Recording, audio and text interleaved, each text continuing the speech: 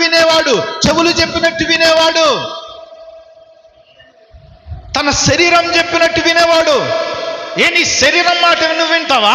నీ ఆత్మ మాట నీ శరీరం వింటదా? సూటి ప్రశ్న. నీ మాట నీ శరీరం వింటదా? నీ శరీరం మాట నీ ఆత్మ వింటదా? శరీరం 100 కోరికల శరీరానికి, ఆత్మకు ఒకటే కోరికలా. ఆత్మకున్నొక్కటే కోరిక. ఏంటా కోరిక?